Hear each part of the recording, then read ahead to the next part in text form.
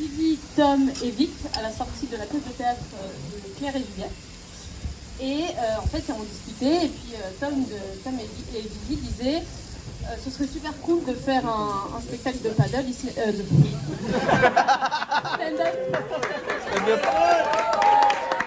paddle.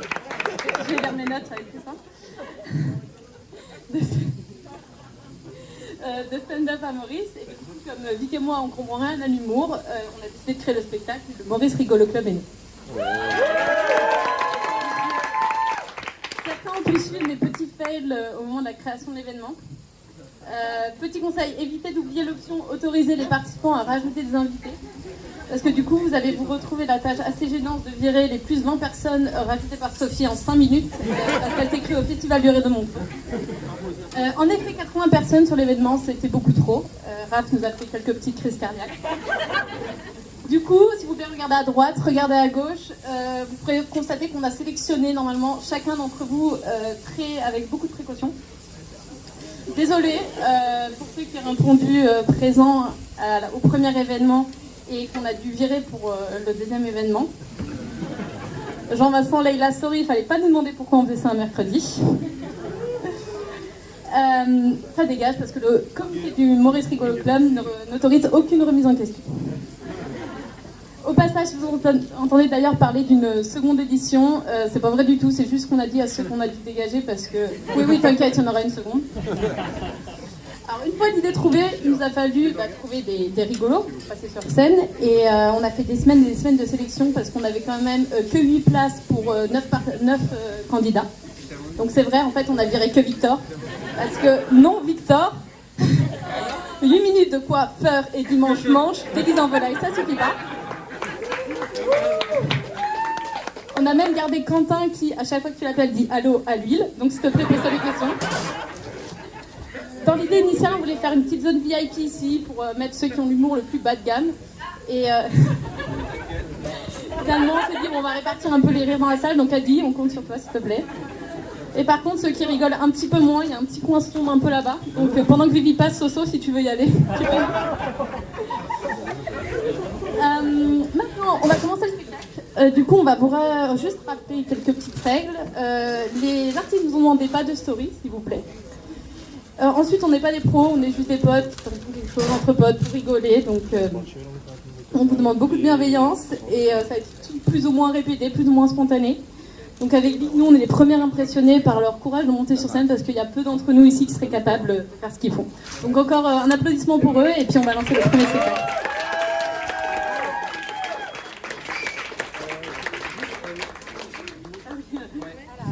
Alors, on appelle la voiture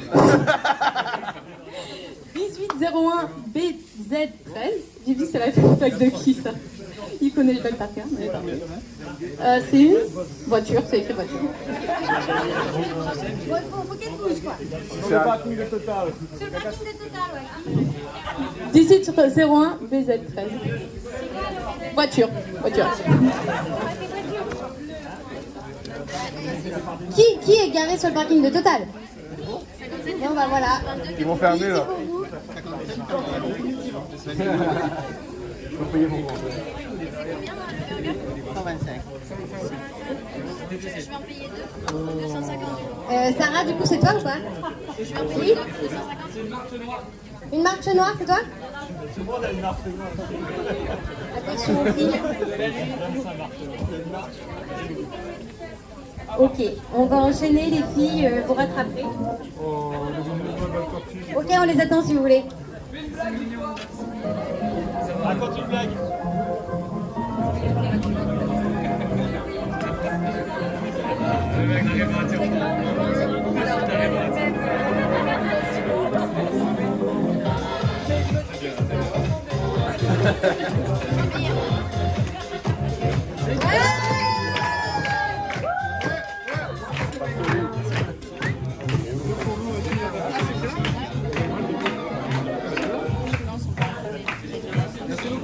Alors, bonsoir à tous. Ce soir, la toute première personne à avoir suffisamment de cran et de courage pour monter sur scène devant vous est capable, avec ses punchlines et avec sa verve, de faire pâlir tous les plus grands humoristes du monde. Ça a été un très très long travail pour Luce et moi de réussir à convaincre son agent de monter sur scène ce soir. Parce que c'est vrai qu'entre ces différentes carrières de footballeuse, comédienne, peintre, etc., nous, avec Luce, on a dû sortir un peu nos atouts charmes pour l'avoir. Et notre plus grand atout charme ce soir, c'est vous. Donc un énorme tonnerre d'applaudissements pour Sophie, la reine de Pointe-aux-Trembles. Merci Victoire. Hello tout le monde, comment ça va ce soir? Ok, c'est encore un tout petit peu mou, on sort du boulot, on est tous un peu stressés aussi derrière. Donc je vais recommencer. Comment ça va ce soir? Bon ok, on n'a pas le temps de changer de public, alors je recommence. Est-ce que vous voulez qu'on vous offre une tournée de shooter ce soir? Je savais que j'en avais reconnu des alcooliques anonymes. Bonsoir, moi c'est Sophie, enchantée. Comme vous avez vu sur scène, je viens de rechuter. En vrai, je voudrais qu'on fasse un tonnerre d'applaudissements pour Vic et Luce de nous avoir organisé cette soirée. Merci à vous. En vrai, ça fait longtemps que je cherche ma voie. Depuis que je suis petite fille, j'ai un rêve, comme toutes les petites filles, c'est d'être une prostituée. J'habitais à côté d'un bois très connu, près de Paris. Je vois qu'il y a des connaisseurs, et pas que de nous. Ouais, j'habitais à côté, et du coup, je passe avec mes parents et je leur demande, mais qu'est-ce qu'elles font, toutes ces dames? Mes parents me disent, elles attendent le prince charmant. Et moi, comme on m'a lu les livres de princesse, moi aussi je veux rencontrer le prince charmant. Alors, du haut de mes 8 ans, je mets ma plus belle mini-jupe. Je descends en bas de chez moi et j'attends. Mes parents, au bout d'un moment, ils se sont dit, on va peut-être lui dire que le prince charmant, c'est comme le Père Noël, ça n'existe pas. Et là, je suis hyper surprise. Je les regarde et je me dis, mais comment ça, elle n'existe pas? Pourtant, je viens de recevoir plein de cadeaux. Il s'appelle pas Marc Dutroux, le prince charmant. Du coup, comme après, je pouvais pas trop marcher, j'ai décidé de changer de carrière. Ah, on sent les salles ce soir. On se reconnaît des pervers. Du coup, je change de carrière et je me dis, bon, qu'est-ce que je vais faire? J'ai envie d'être célèbre. Qu'est-ce que je peux faire pour être célèbre? Là, j'ai ma petite to-do list et je me dis, allez, mannequin, raté. Et pour la petite anecdote, on sait que pour être mannequin, il faut être grande, belle. Mais est-ce que pour être maman, vous saviez qu'il fallait être grande? En vrai, mon petit, il hurle la nuit. J'ai un enfant de 2 ans et demi. Il hurle, il hurle, il hurle. Pendant la nuit, je me lève. Déjà, ça me saoule. Je me lève, je vais vers lui. Je l'attrape. Oui, il dort par terre. Je l'attrape, je le mets sur moi. Déjà, t'imagines la scène, il a 2 ans et demi. T'as l'impression que je suis en train de porter un ado. Donc je suis là, je le calme. Il hurle, il hurle. Et là, il me dit, mais maman, debout, debout. C'est-à-dire que je ne peux pas faire plus, chérie. En vrai, j'attends ma vengeance. Quand il aura sa première copine. Et qu'elle lui dira, mais debout là, hein, debout. Et ouais, chérie, fais pas comme papa.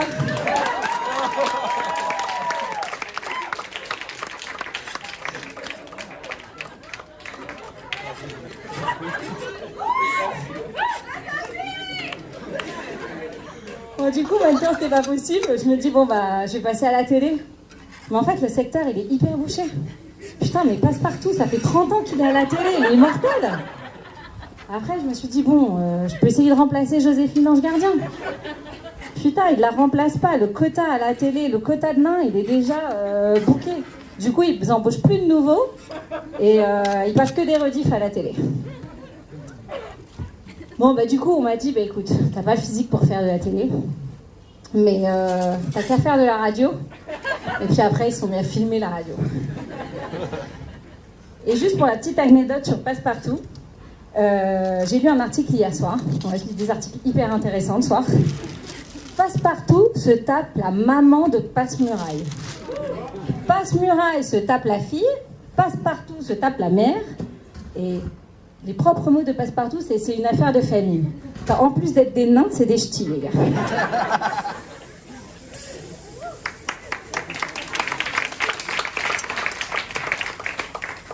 Donc bon, la télé, ça marche pas. Je me dis, bon, bah, je vais être championne de boxe. Mon père est champion. C'est dans les gènes. Donc mon père, hyper fier, il me dit, bah, je vais inscrire ma fille à la boxe. Et là, il arrive au cours de boxe, il m'emmène. Et à l'époque, il n'y avait pas les genres, enfin c'était hyper genré, quoi. C'était des mecs à la boxe. Donc il n'y a que des hommes dans la salle. Que des petits garçons. Et là, il regarde les garçons, il me regarde, il regarde les garçons, il me regarde. Et il dit, ouais, elle va être célèbre. Il voyait déjà la une des journaux tournante d'une fillette de 5 ans. Après l'affaire Marc Dutroux, c'est un peu too much. Non mais en vrai, c'est hyper bien cette nouvelle génération. Ouais, je dis cette nouvelle génération parce que ce midi, nouvelle toute fraîche, je fais partie de la team des vieux. Que j'ai très mal pris d'ailleurs. Parce que je ne sais pas si vous le savez, je suis dans la boîte où il y a tous les jeunes que vous connaissez tous. Et j'ai appris ce midi que je suis dans la team des vieux, donc je le ressors ce soir.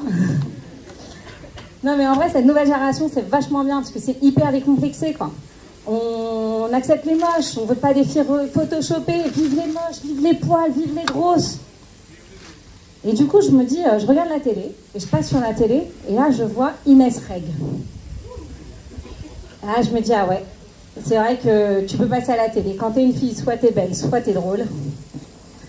Sur un malentendu, ça peut passer, et celle d'être drôle. Mais en vrai, t'as déjà, quand t'es un mec, et que t'es moche, à la limite, on te dit, bah écoute, femme qui rit, femme à moitié dans ton lit. T'as déjà entendu l'inverse? Bon, au moins, comme les nains sont immortels, quand je serai veuve, peut-être que j'aurai mes chances avec Passepartout. Merci.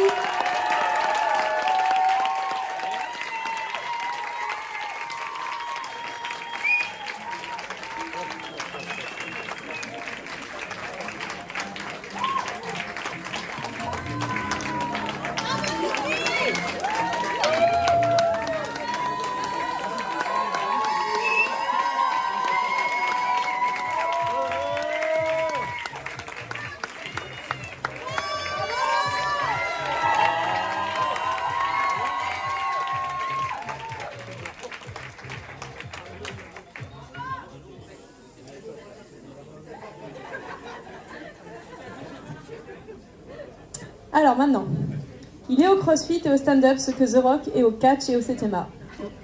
C'est aussi notre Bruce Willis à nous, tellement la comédie est son 6e sens et qu'il est en scène dans son 5e élément. Vous l'avez, vous êtes littéralement à un cheveu d'entendre l'homme le plus drôle de la soirée. Bon, c'est bon, vous l'avez reconnu, vous le connaissez bien. Vous savez que ce qu'il nous a préparé a forcément été fait avec discipline, méthodiquement mis sur fiche et répété. Donc un tonnerre d'applaudissements pour Tom Tom, s'il vous plaît.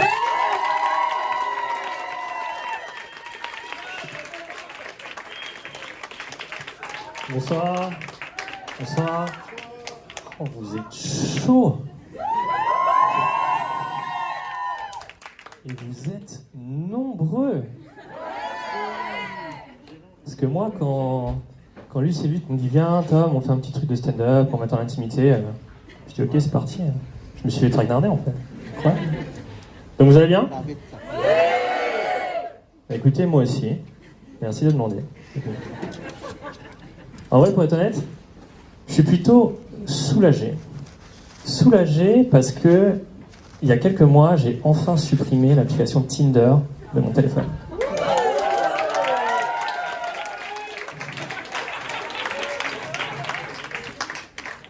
Oui, parce que moi, j'ai connu une longue période de célibat.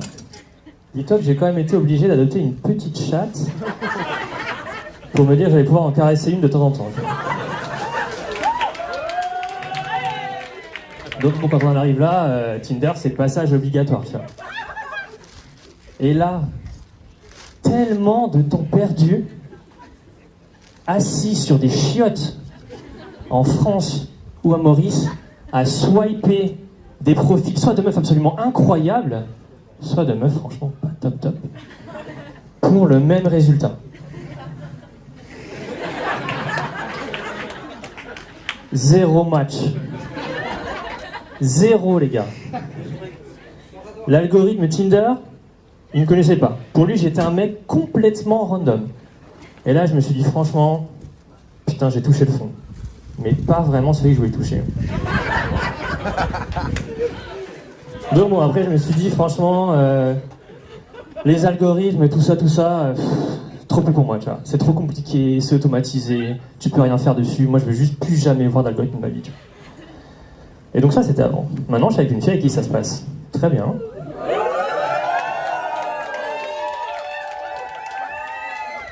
Et une des raisons pour lesquelles ça se passe très bien, je pense, c'est parce qu'on a tous les deux des passions un peu étranges et particulières. Tu vois, par exemple, moi, je suis très dev perso. Et elle, par exemple, elle est passionnée de météo. Donc en gros, moi, quand je rentre à la maison le soir et que j'ai envie de me détendre, je vais commencer à écrire une liste exhaustive de toutes les passes de salsa que je connais. Et après, je vais la relire, je vais me dire « Putain, Tom, franchement, t'as fait de la merde. C'est vraiment pas assez bon. » Et donc là, qu'est-ce que je fais ? Eh ben, je vais mater 10 tutos sur comment bien rédiger une liste de passes de salsa pour débutants. Chacun son truc, tu vois. Et elle, quand elle rentre, elle va se poser, et elle va commencer à mater des posts ou des vidéos sur des cyclones, des tornades en formation, des ouragans, mais hyper violents, tu vois. Et en fait, avec le recul, je me dis, c'est probablement pour ça qu'au début de notre relation, je me suis pris un max de vent quand j'arrive.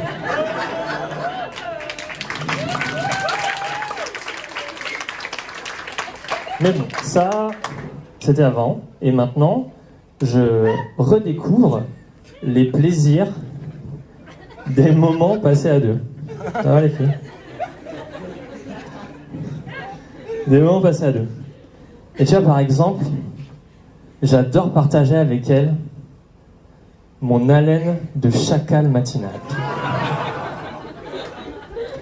Non, mais après, en vrai, ce que je préfère, c'est me faire embrouiller complètement, gratuitement, sans comprendre ce qui m'arrive. Non, mais arrêtez, ça va, arrêtez. Vous savez très bien de quoi je parle. Tu sais, genre, t'es tranquillement, t'es bien, t'es serein, t'es heureux. Et là, tu vois dans son regard, ou sur la façon dont elle va prononcer ton prénom, qu'il y a une tempête d'emmerde qui va t'arriver dans la gueule, tu vois. Et donc moi, je me suis fait doucher 2-3 fois, et j'avais oublié ce que c'était, tu vois, j'étais complètement perdu. Putain, mais qu'est-ce qui se passe ? C'est quoi cette histoire ? Et donc, qu'est-ce que je fais quand je sais pas ce qui se passe et que je vais apprendre des trucs ? Bah, je vais sur YouTube, et je regarde un tuto, regarde. Et là, la claque, mon monde s'effondre. Il n'y a pas un tuto. Pas un tuto sur le sujet. Pas un. Donc ça veut dire qu'il n'y a aucun mec random qui s'est fait embrouiller par une meuf complètement gratuitement et qui a envie d'en parler dans une caméra. Ça arrive pas. Incroyable. Et là, tu vois, je me suis rappelé d'un truc. Et je me suis dit, mais, mec, pour l'algorithme Tinder, toi, t'es un mec complètement random. Donc pourquoi est-ce que toi, tu fais pas ce tuto ? Et donc, j'ai commencé à bosser sur le sujet et à déchiffrer ce qui se passait avec l'aide de ma petite Miss Météo. Et donc ce soir, ça vous va, je vais vous faire le tuto que j'aurais aimé trouver quand je l'ai cherché il y a quelques semaines. Ok. Donc pour commencer le tuto, par applaudissement dans la salle, les gars, est-ce que vous avez déjà entendu parler de SPM ? Ok. Les filles, par applaudissement, est-ce que vous avez déjà entendu parler de SPM ? Ok. Bon les gars, on se rassure. Vous avez vu, il y a beaucoup de filles qui ne savent pas ce que c'est. Et moi, si je dois être honnête, j'ai attendu 34 ans avant de le savoir. Et c'était quelques semaines après comprendre que le clitoris, c'était juste au-dessus du nombril. Donc franchement, mieux vaut tard que jamais, vous inquiétez pas. Donc non, le SPM, c'est un acronyme, ça veut dire syndrome prémenstruel. Syndrome prémenstruel, c'est une période de 2 à 3 jours qui va être environ une semaine avant leurs règles et pendant lesquelles elles vont avoir des roller coasters émotionnels. En gros, leur corps, il va leur faire des dingueries. Il va être là en mode, je te balance à balle d'hormones et j'arrête tout. Je te balance à balle d'hormones et j'arrête tout. Et donc là, ça leur fait des effets de ouf dans le corps et dans le cerveau. Et elles ont des idées lunaires. Dis-toi qu'il y a des meufs, elles vont avoir envie de rappeler à un ex radin, toxique, qui est même pas un bon coup, hein, alors qu'elles sont parfaitement heureuses. T'en as d'autres, elles vont vouloir tout lâcher. Leur taf, leurs potes, leur chat. Leur chat, mon gars. Dis-toi, l'SPM, c'est un truc de malade. Je te jure, c'est un truc de malade. Et donc, moi, la seule chose que j'ai reconnue et la seule analogie que j'ai pu faire, c'est quand tu passes une soirée avec tes potes, enfin avec ton meilleur pote, et que tu passes une bonne soirée et que t'es bien bourré, tu vois. On arrive à la fin de la soirée, et là, tu vois que il s'en va pour aller chercher 2 verres. Donc toi, t'es tout seul, en train de kiffer la soirée. T'attends 30 secondes. 1 minute passe. 2 minutes passent. Stéphano Titi passe.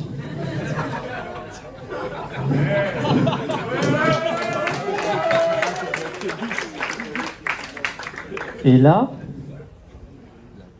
tu commences à suer, tu vois. Et tu te dis, putain, mais il va pas revenir en fait. Et tu te rappelles qu'au début de la soirée, il a tchatché une meuf assez mignonne, tu vois. Mais bon, il va quand même pas te laisser pour une meuf. Quoi. Une meuf ? Non, mais pas une meuf. De toute façon, les meufs, c'est toutes les mêmes. Les meufs, leur seul but, c'est de niquer des amitiés. Et puis ton pote, en fait, mais c'est pas vraiment ton pote. Il pense qu'à Ken, il veut juste chiner des meufs. C'est tout ce qu'il veut faire. Il est jamais là pour toi. Jamais il veut t'aider. Jamais il va faire des trucs pour toi. Et puis cette soirée, c'est de la merde. Cette soirée, c'est vraiment nul à chier. Qu'est-ce que tu fais là? Tu veux te casser? Ouais, ça allait très vite. Hein. Et là, ton pote arrive avec les 2 verres. Il te tend le verre. Il vient te murmurer à l'oreille. Allez, viens, mon gars! J'ai trouvé Pamela et Kimberly qui sont là, on va les tchatcher. Et toi, t'es là, t'es... Oh, putain, mais en fait, ce mec, c'est mon pote, ce mec. Ah mais non, mais c'est pas mon pote, c'est mon meilleur pote, en fait. Ah, il est incroyable, en fait, c'est mon gars sûr. Il est toujours là pour moi, dès que j'ai besoin de lui, il va être là. Putain, mais en fait, ce mec, c'est pas mon pote, c'est mon ami. C'est pas mon ami, c'est mon meilleur ami. Et cette soirée, c'est pas une soirée, c'est la meilleure soirée de ma vie. J'ai jamais envie de partir cette soirée, donc je vais continuer à faire, je vais y aller. C'est parti très vite dans votre sens. Et tu vois, pour les filles, c'est pareil, mais toute la journée. Et ça dure 2 à 3 jours, s'il te plaît. Donc dis-toi que le matin, elle se lève, tranquille, elle va faire son petit-déj, et là, elle beurre sa tartine, elle prend un petit peu de confiture de sa maman, elle la pose sur la tartine, et là, la Madeleine de Proust puissance 10 000. Putain, mais cette confiture, elle est incroyable, ma maman, elle m'aime tellement, et puis j'aimais tellement être chez eux, j'aime tellement être avec eux, j'avais pas d'emmerde, j'avais pas un petit appartement merdique, oh, je vais trop vouloir retourner avec elle, et c'est parti. Voilà. C'est le début de la journée, et ça va continuer comme ça, sur le premier café, sur la 2e réunion de la journée, et la soirée. Putain, les filles, franchement, je suis impressionné, chapeau à vous. Applaudissez-vous, s'il vous plaît. Les gars, applaudissez-les. Non, franchement, c'est impressionnant. Bon, ok, je vais être honnête aussi. Là, les filles, je vous ai pas donné une excuse pour nous éclater gratuitement 1 ou 2 fois par mois. Ok? Ok. Et je sais que c'était pas parfait, mais il y a tellement une infinité de SPM et de meufs que je pouvais pas faire mieux que ça. Mon but, c'était juste que vous compreniez un peu ce qui se passait et qu'on puisse vivre un peu mieux tous ensemble.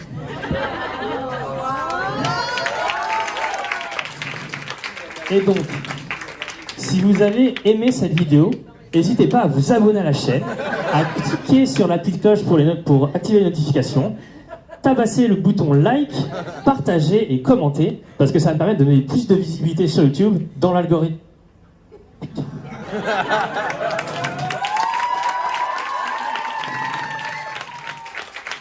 J'avais dit plus d'algorithme.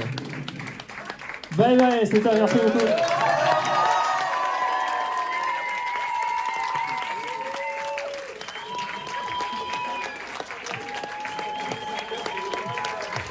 Bravo.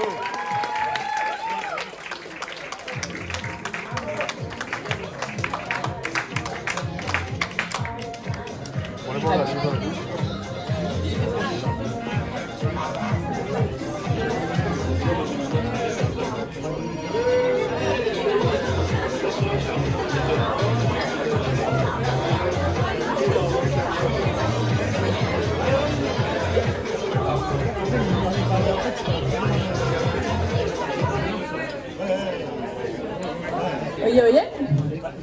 Je crois que beaucoup d'entre nous ont au moins une histoire à raconter avec le prochain artiste qui va se produire sur scène. La première fois que je l'ai rencontré, il était tout blanc, tout torse nu, avec une machette sur un bananier en train de se battre avec des fourmis. La première fois que je suis arrivée à BMS, il était 2 bon matin dans la salle de bain en train de se tondre une moustache d'Hitler. La première fois que je suis allée à Bernache avec lui, je suis tombée sur cette peste alors qu'il venait faire caca en plein milieu de mon spot de snorkeling. Bref, on a tous des premières fois marrantes avec Rémi, donc préparez-vous, vous avez beaucoup de chance d'être là pour sa première fois sur scène. Applaudissements s'il vous plaît.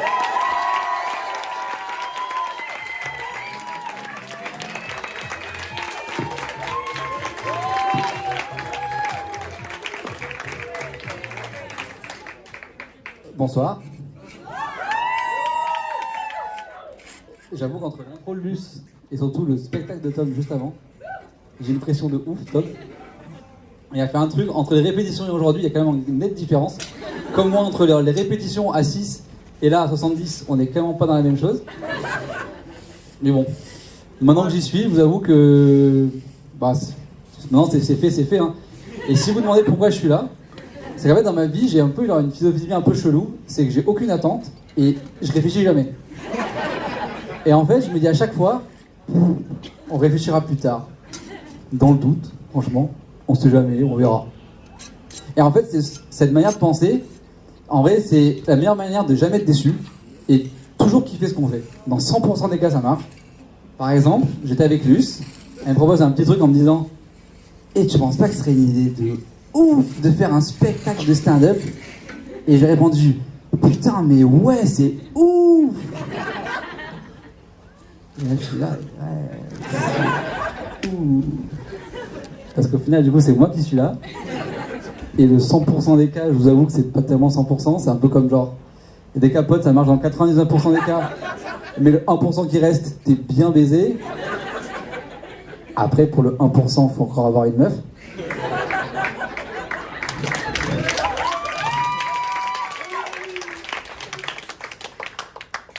Et là, vous devez dire que depuis tout à l'heure, juste, je meuble, je parle, parce qu'au final, je n'ai rien annoncé, je parle de rien.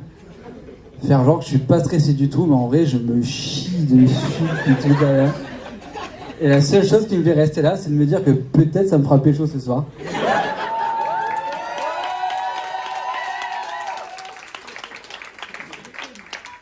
Je m'attendais pas autant, du coup, je pense que j'ai un bon nombre de femmes à moitié dans mon lit là, actuellement. Comme tu disais Sophie, c'est qu'en général c'est plutôt sur les meufs qu'on dit ça. Du coup moi j'ai pas mal de moitié là. Mais ouais, au final je me chie dessus, mais ce qui me fait dire c'est que je me dis aussi que c'est peut-être le fait que j'ai paniqué depuis 3 ans qui me fait dire que paniquer sur scène, au final ça me fait pas si peur que ça. Bon.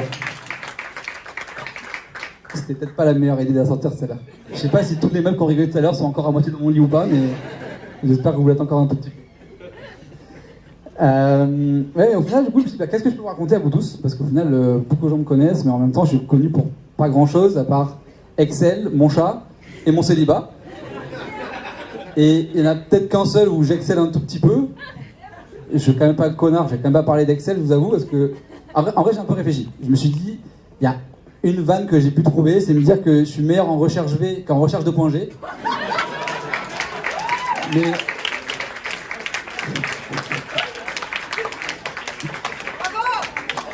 Mais je me suis vite dit que le problème, c'est que dans cette salle, sans doute, la moitié des gens savent pas ce que c'est un recherche V.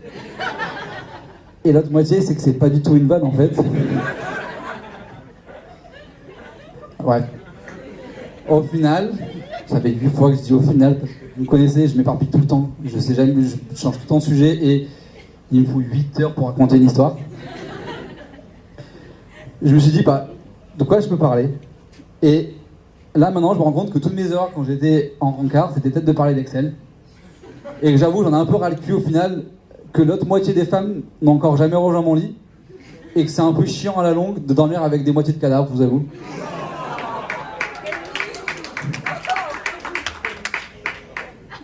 T'es encore qu'à moitié dans mon lit, hein, Clem, désolé, mais... T'es pas à 100%. Hein. Mais du coup, comme beaucoup de gens ici, j'ai installé Tinder, Tom. Moi, je l'ai encore installé, malheureusement, toi, tu l'as bien installé. Force à toi. Mais du coup, j'ai installé Tinder, et vous savez à quoi j'ai pensé quand j'ai installé Tinder? J'ai pensé à mon père. Ça paraît un peu glauque dit comme ça. Je vous avoue que je pense pas tout le temps à mon père. Quand je baise avec une meuf, je pense pas à mon père. Faut-il encore que je baise avec une meuf? Mais je pense pas tout le temps à mon père. Mais non, mon père, beaucoup de gens l'ont rencontré ici. Il s'appelle Michel. Pour ceux qui connaissent Michel. Mich. C'est un peu moi, avec plus de moustaches, beaucoup moins de gêne que moi, et une attitude à danser que j'ai pas hérité de lui. Et surtout, pourquoi? Parce que, pour ceux qui savent, il a dansé pendant une après-midi entière à l'île Plate sur le cul de Nancy. Il a même twerké sur Nancy. Et pendant qu'il twerkait sur Nancy, il était là, il s'est délecté d'un petit en me regardant, en me dit, et Marie, il dit, mon fils, à ton âge, moi, si j'étais là, elle serait déjà dans mon lit, celle-là. Qu'est-ce que tu fous? C'est véridique, il a vraiment dit ça. Moi, j'étais là en mode, beaucoup de gens, je dis, bah, papa, tu comprends, c'est compliqué, on travaille ensemble, on est potes depuis longtemps, on se connaît, enfin, c'est compliqué, l'amitié, tout ça. Et même, enfin, tous les jours, on se voit au travail. Il n'a rien à foutre. Il m'a dit, mais il n'a rien à écouter ce que je dis. Il m'a dit, mon fils, mais t'es pas pédé quand même.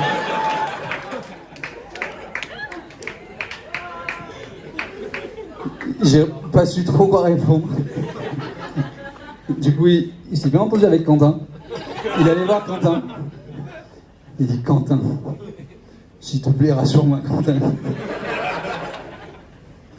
Mon fils, il est pas payé quand même. Du coup, je me suis dit, bon, il faut trouver une solution. Du coup, on en revient. Bon, j'avoue que, encore une fois, vous me connaissez bien. Je reviens à un sujet d'il y a environ 10 minutes. J'ai installé Tinder, mais je reviens maintenant. Mais donc, du coup, j'ai installé Tinder. Et il y a peut-être un an, j'ai rencontré une meuf sur Tinder.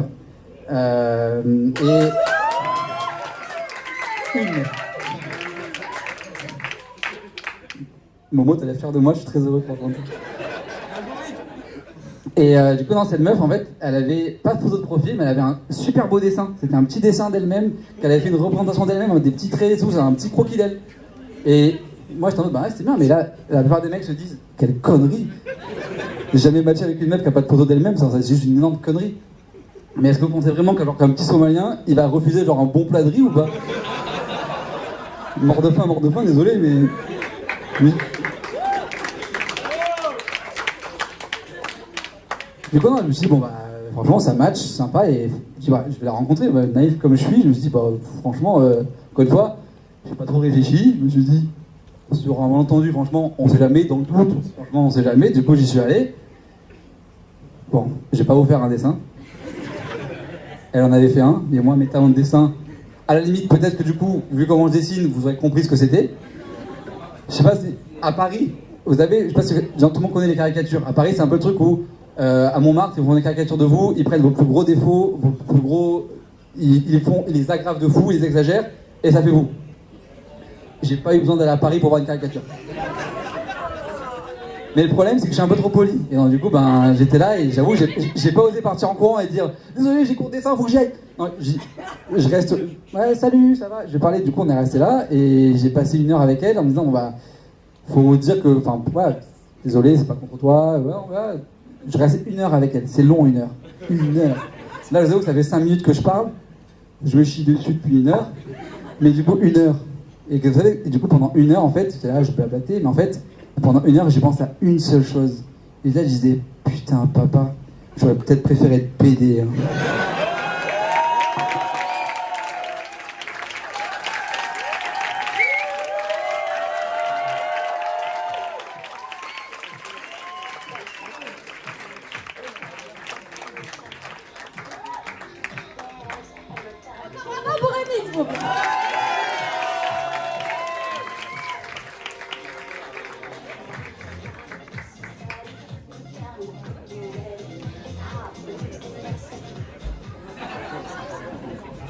Alors, celui qui va venir maintenant sur scène, c'est un grand artiste.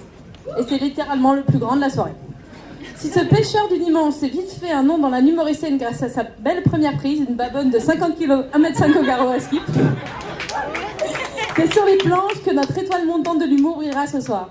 Vous l'avez compris, il ne faut pas confondre longueur avec lenteur quand on parle d'Alex. Ces blagues sont dures à suivre, alors accrochez-vous. Pour la petite histoire, il a écrit son sketch à 16h dimanche en réveil de sieste.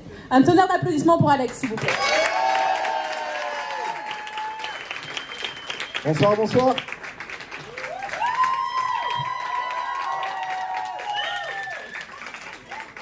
J'ai entendu qu'on n'était pas des pros ce soir. Je crois qu'elle s'est trompée. On a vu 3 professionnels passer avant. Donc moi, c'est Alexandre, fils de la chocolatine. Enchanté.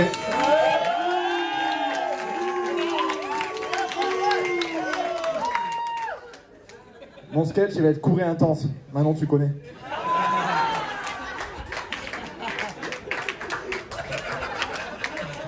Donc moi ce soir je voulais vous raconter un peu mon épopée mauricienne.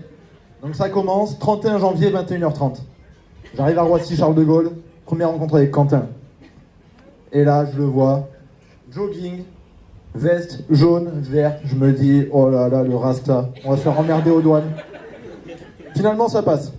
On arrive à Maurice sans problème. Premier jour, ouragan. Donc confiné pendant 2 jours.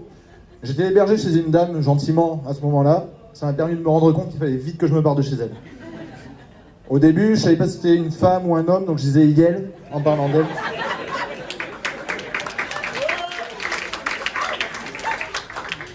J'ai enchaîné avec mon premier jour à Maurice. Et là, donc notre patron nous a présenté l'entreprise. Et il nous a dit, ici, on a mis les Malgaches parce qu'ils aiment bien travailler le bois. Là, les Mauriciens, parce qu'avec leurs petites mains, ils travaillent bien la fibre. Alors moi, il m'aurait parlé de castor et d'écureuil, ça aurait été la même chose. Heureusement qu'il a précisé. Bref, j'enchaîne. Première soirée. Donc là, j'ai pu voir que, en fait, boîte fermée administrativement, ça voulait dire rentrez par derrière, s'il vous plaît. Première rencontre avec Manon également. Aucun lien avec le fait de rentrer par derrière. Vous êtes pervers.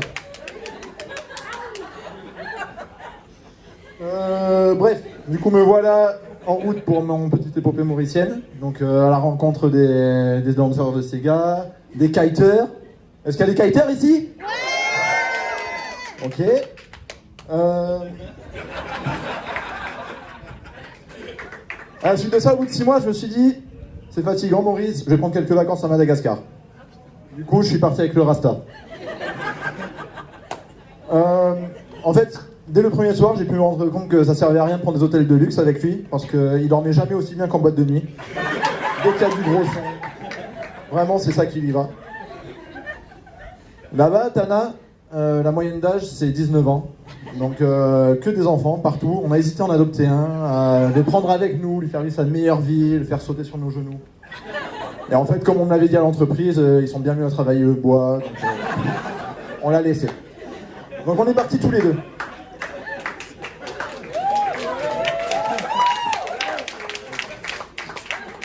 On est partis tous les deux, on a mis le cap vers l'ouest. Et on est parti en taxi brousse. Alors je sais pas s'il y en a qui connaissent ce taxi brousse. On rentre dans un véhicule, on s'entasse dans un véhicule et on part pour 25 heures de route. Et on s'arrête toutes les 2 heures et on va dans le chemin faire ce qu'on a à faire. Donc si comme moi vous avez la chasse avant de partir, ne le faites pas.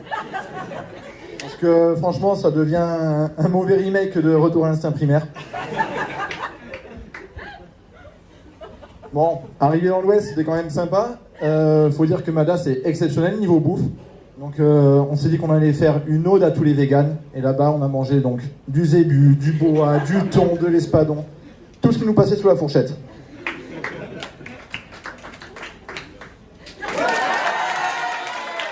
Merci. Merci de votre spontanéité.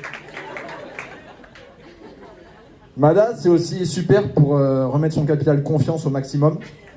Tous les matins, on descendait, 11h du matin.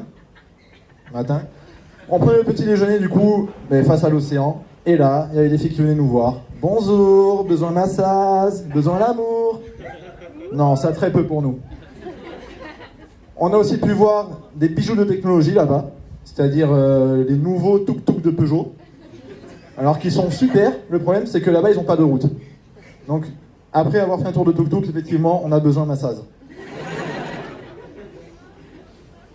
Voilà, Mada c'était sympa, mais à la fin il fallait rentrer, j'avais quand même des écureuils et des castors à garder.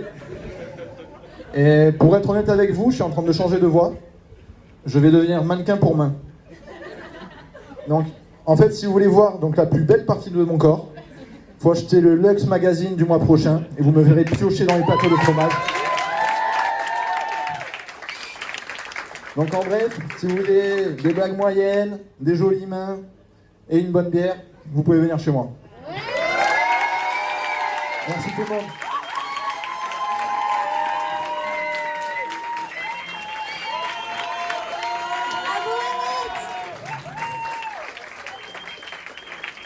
Bon, bah déjà 4 passages, donc c'est l'heure d'une petite pause. On reprend dans 20-30 minutes, on vous dira. Buvez un petit coup et ça continue encore plus.